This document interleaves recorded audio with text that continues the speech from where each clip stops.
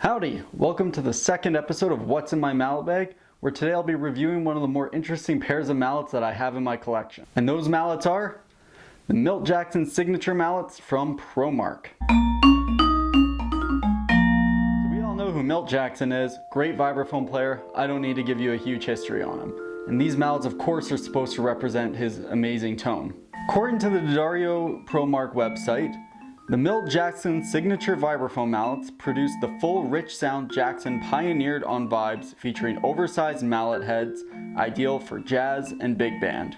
So these mallets retail for around $40 US, which are pretty on par with a lot of the Albright styled mallets. Of course, that's exempting the Mallet Albright mallets, which I'll get into a little bit later on. Now, of course, these are huge heads, so that is a very fair description. It is about as wide as my low bar here. These heads are incredibly huge. They're nice and thick. And I don't know if this is the full sound that I would want to use when I'm playing with a big band or even any other type of ensemble. I purchased these mallets 2 years ago and I've only seriously used them on one occasion, and it was even for vibraphone. I use these mallets to play a low marimba part within the low octave on a 5-octave marimba, and I found it was quite effective at doing that. However, now I've just replaced when I would use these with just really soft marimba mallets. I do recommend using these on the low end of a marimba. However, proceed with caution as the weight of these mallets can cause those lower, thinner bars to crack quite easily. So outside of that one marimba performance, I've only really used these mallets around my house, and even then it's been very limited. I mainly only really use these mallets around the house, and even then it's been quite limited. I've only really used these mallets on this vibraphone right here, as on my Ajax vibraphone it would just rattle it completely and you could barely hear the actual bars ringing out. So for the most part, these mallets have just sat in my stick bag over the last few years, not ever really being used except for the occasional noodling. So right here I have the Albright mallets from Mallet and the Milt Jacksons in this hand. So right off the bat we can tell that these heads are a lot smaller than the Milt Jacksons. The shafts are also both thinner with the Milt Jacksons as well as they are significantly shorter.